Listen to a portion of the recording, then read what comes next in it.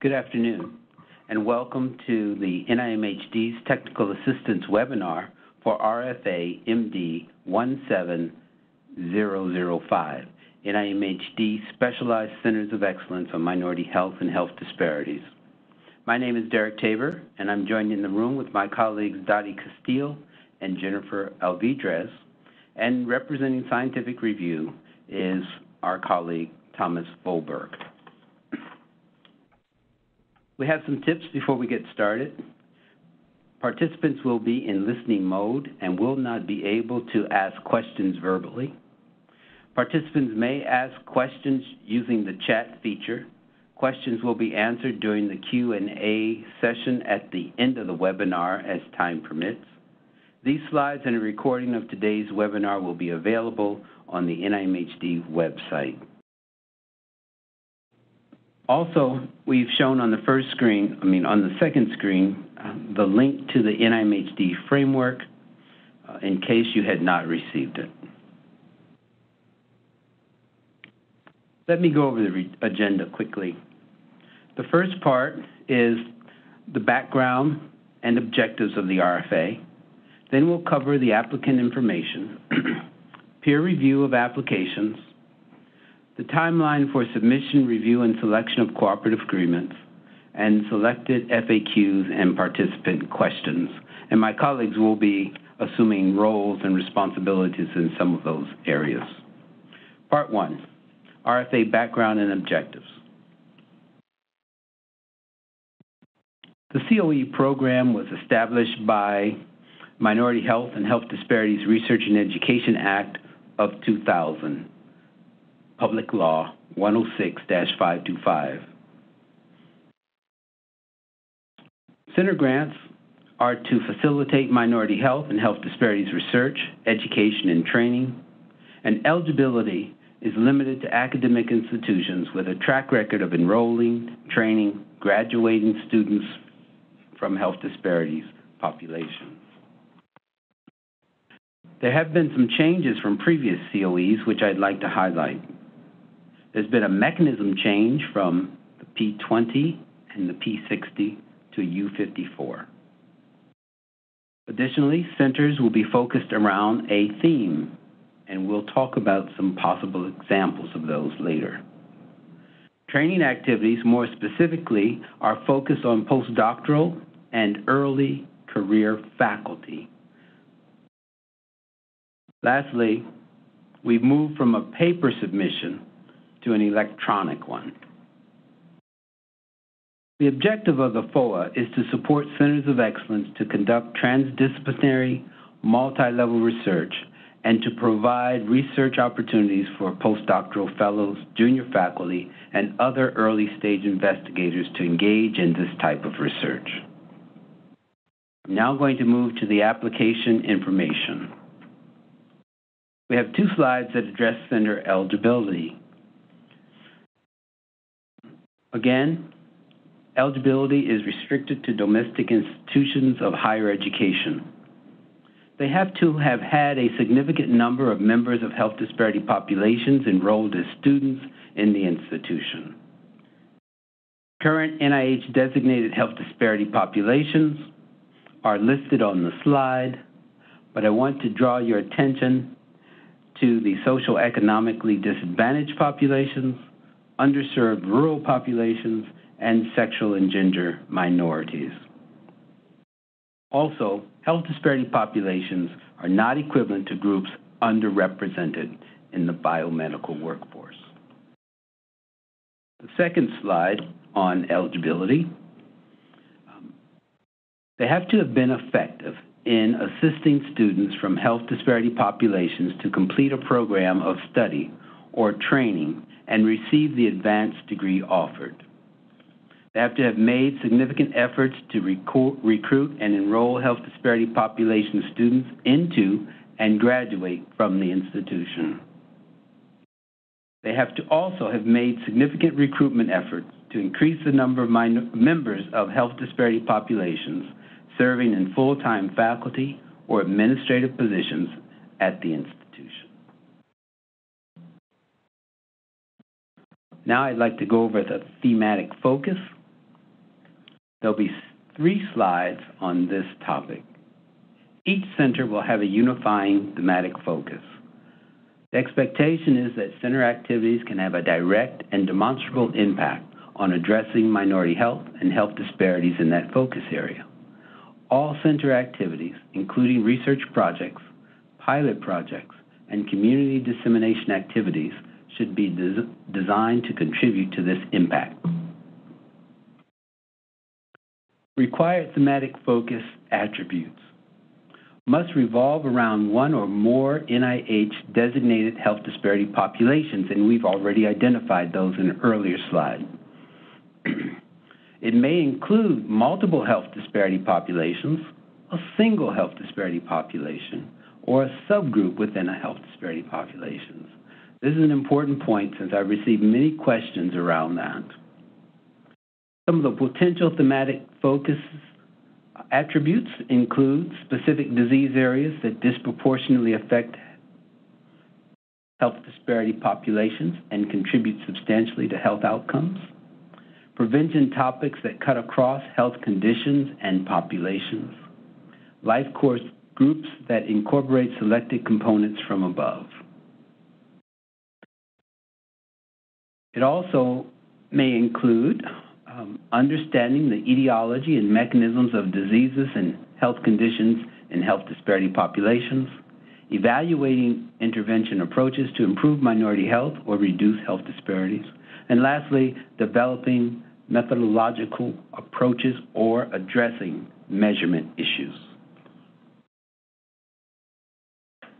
At this time, I'd like to turn this over to my colleague, Jennifer Alvidrez, who will review the NIMHD research framework.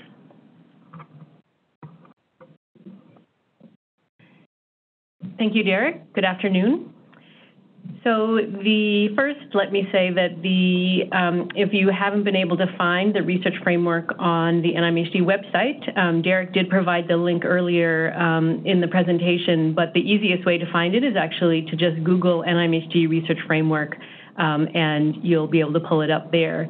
The font can be kind of small, so when you either look at it on the screen or download it, you'll want to zoom in so you can see some of the small text. So to give some background about this framework, it's based on the socio-ecological framework that many of you are familiar with, that has multiple levels of influence. So the individual, interpersonal, community, and societal level, the socio-ecological framework is often depicted by a series of concentric circles. So for our framework, we're keeping these levels of influence, but we're adding domains of influence. So the intersection of domains and levels of influence. The domains include biological, behavioral, physical built environment, sociocultural environment, and the healthcare system. So within these light purple cells reflects the intersection. So for example, the behavioral interpersonal includes, as examples, family functioning or social or work functioning.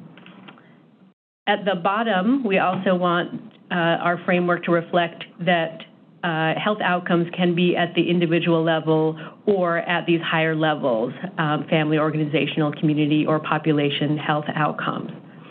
So the purpose of this framework is to really show all of the potential factors that may be relevant to understanding and addressing minority health and health disparities.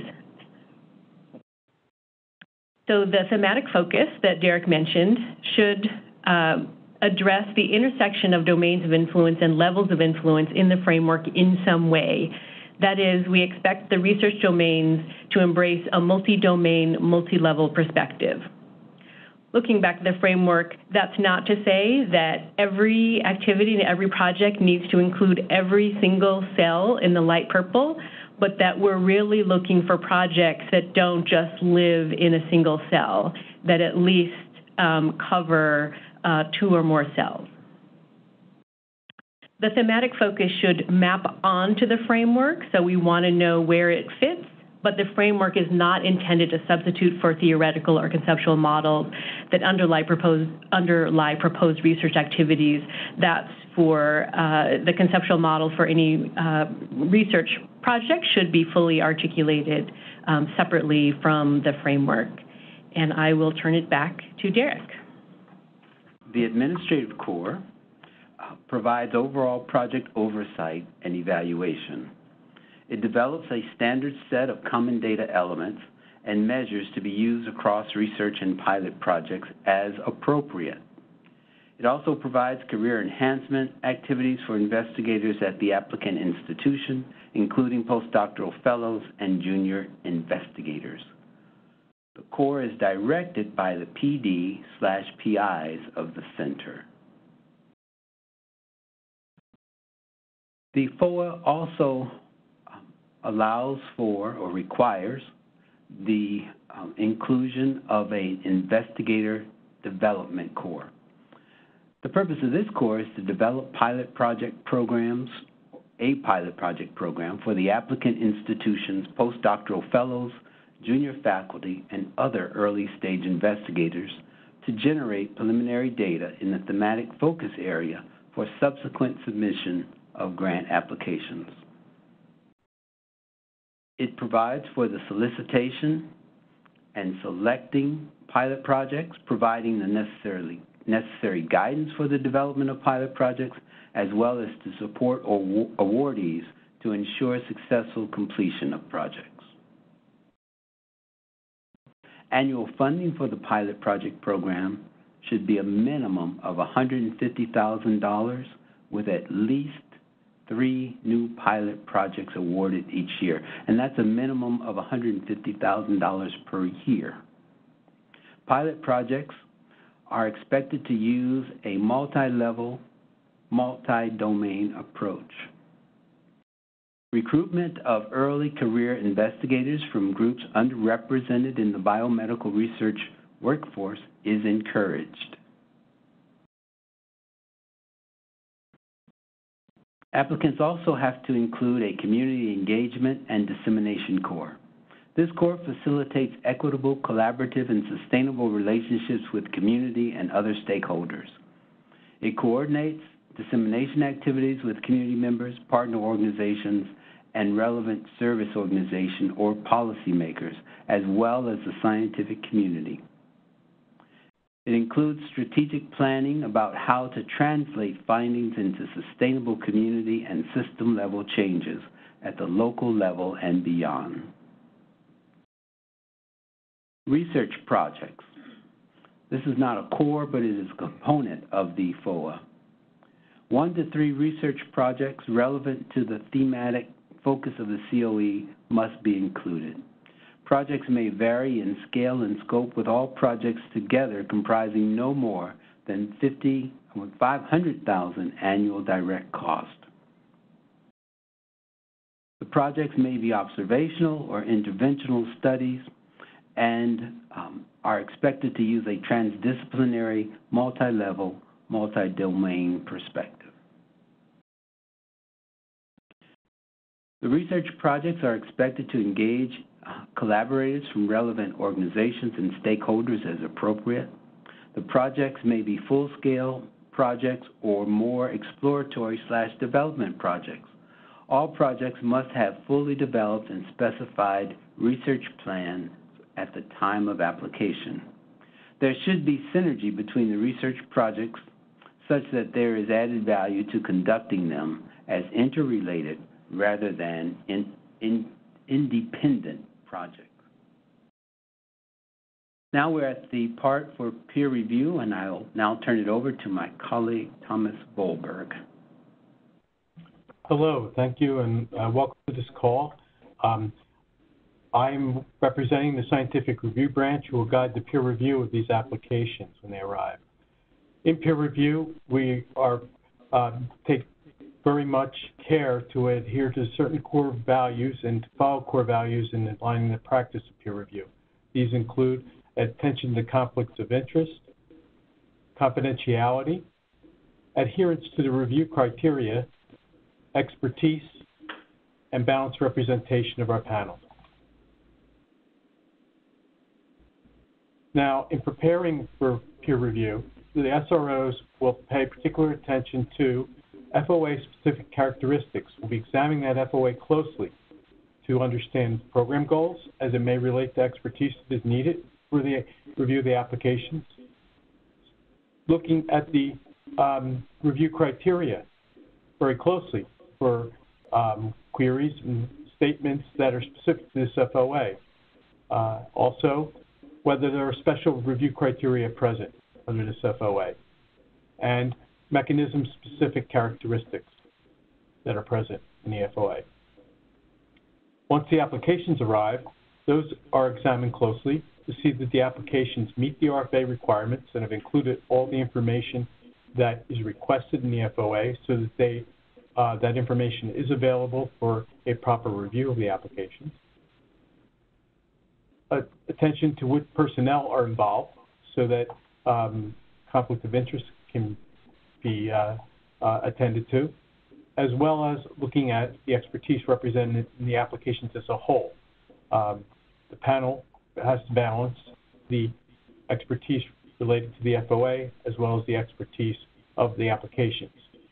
So in selecting reviewers, the SRO will look to the scientific expertise as defined in the FOA, as I stated, as well as the collective content of the applications. We're also paying careful attention to conflict of interest and seeking diverse representation of opinion on the panel, including representation with respect to gender, demographics, and geography.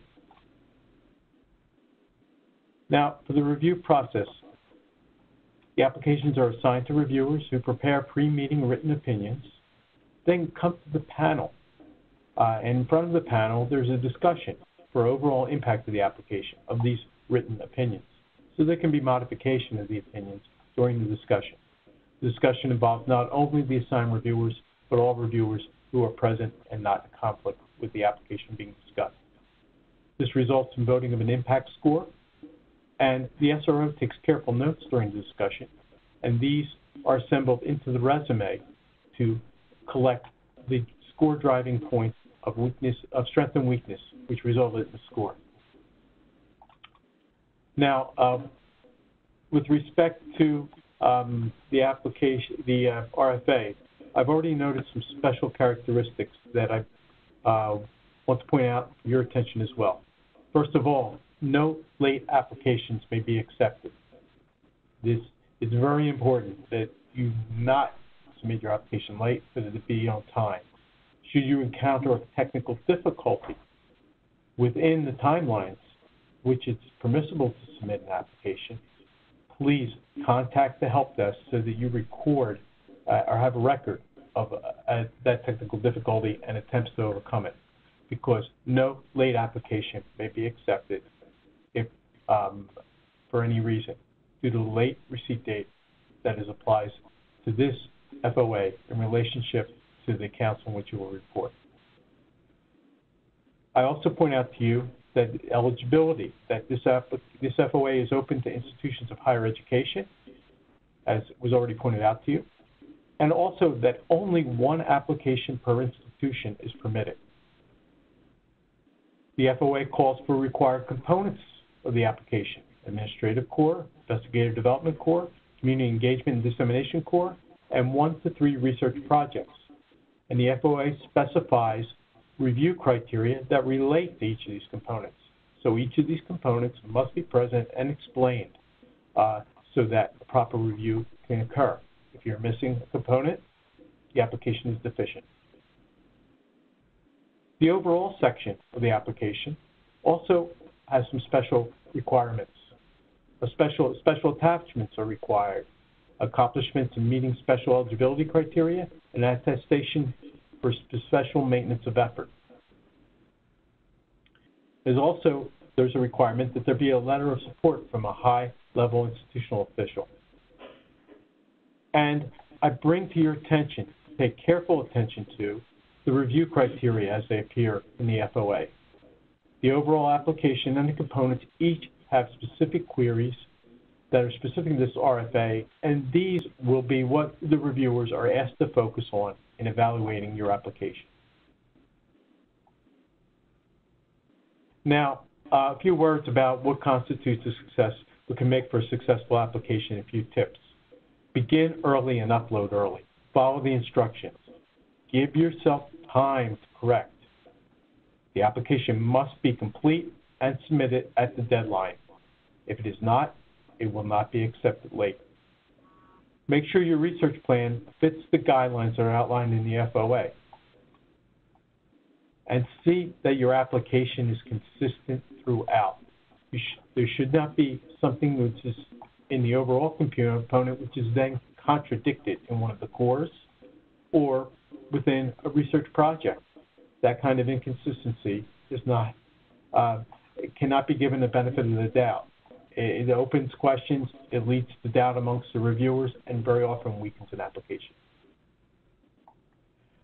And make sure you have the right team for the right plan.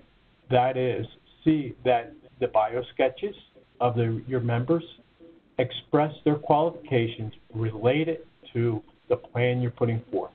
If they have those qualifications, the bio sketch that are needed to carry out the plan, then the bio sketch should explain them well. Also, explain within your application how impact can be anticipated from the work you're proposing. What will the outcome of pursuing this work do for the scientific field? Explain that. The reviewers will be judging it for themselves, but they shouldn't. It's much easier for them to understand if you've explained where you see it as leading. I also give you this slide as a resource. The Center for Scientific Review has produced a number of videos that give an inside look at peer review, as well as tips for preparing your application. I suggest you visit this site and make use of these videos for your benefit. Thank you for your attention. Good afternoon, this is Dottie, and I'm going to talk to you about the timeline for submission, review, and selection of cooperative agreements. The letter of intent, which is requested but not required, is due April 14th, 2017. The purpose of the letter of intent is to inform review of the expertise that will be needed and the approximate number of people who will be applying for the funding announcement. So it's a sign of consideration to submit a letter of intent. The application due date is May the 15th of 2017, and review will take place in July. Council review will take place in August, and the earliest project start date will be in September of 2017. Now moving on to selected frequently asked questions and participant questions. The first question is, can NIMHD confirm that my institution is eligible to apply? No, NIMHD staff can answer questions you have about the eligibility requirements, but it is the responsibility of the institution to determine if all eligibility criteria have been met. Can two eligible institutions apply as a joint center? No. Collaborations with academic institutions and other organizations are encouraged. However, only one institution can serve as the applicant institution.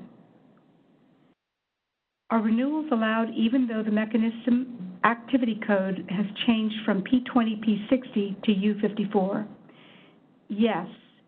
You can reapply or apply as a renewal or as a new award if you have had a P60 or P20. If an institution had a COE in the past, does the application have to be a renewal or can it be a new submission? In general, we expect institutions that had a previous COE to submit a renewal application. If a previously funded institution is planning to submit a new application, it is strongly recommended that investigators consult with the scientific contact prior to submission.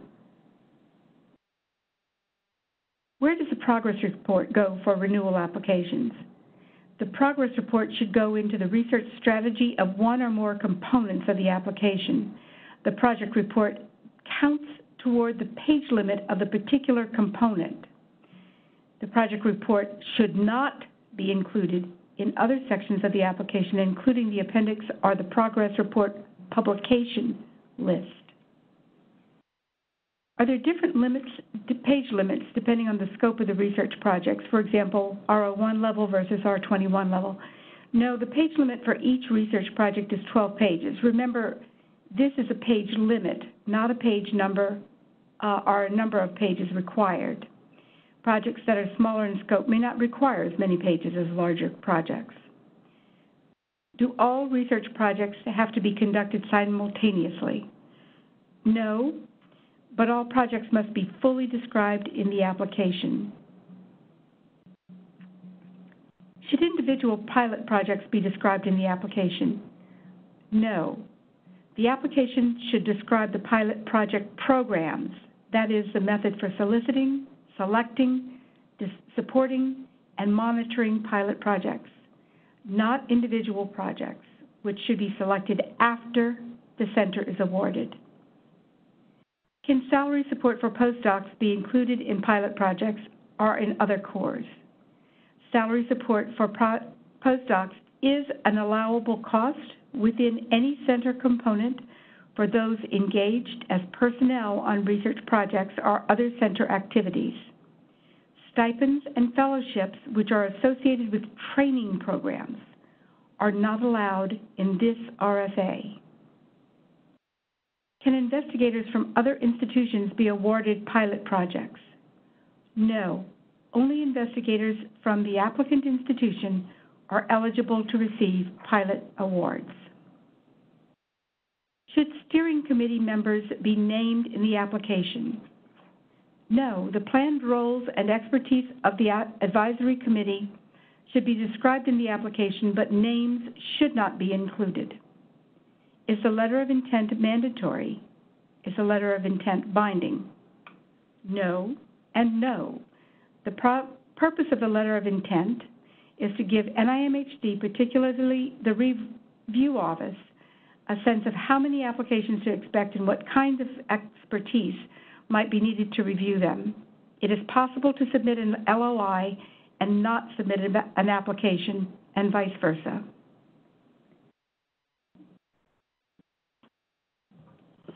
At this time, we will now have participant questions submitted via the chat, and we will include the question and answers documented in the FAQs. They'll be posted on our website. So at this time, we're going to end this recording, and we'll refer you to our website for the answers to the questions. Thank you very much. Bye.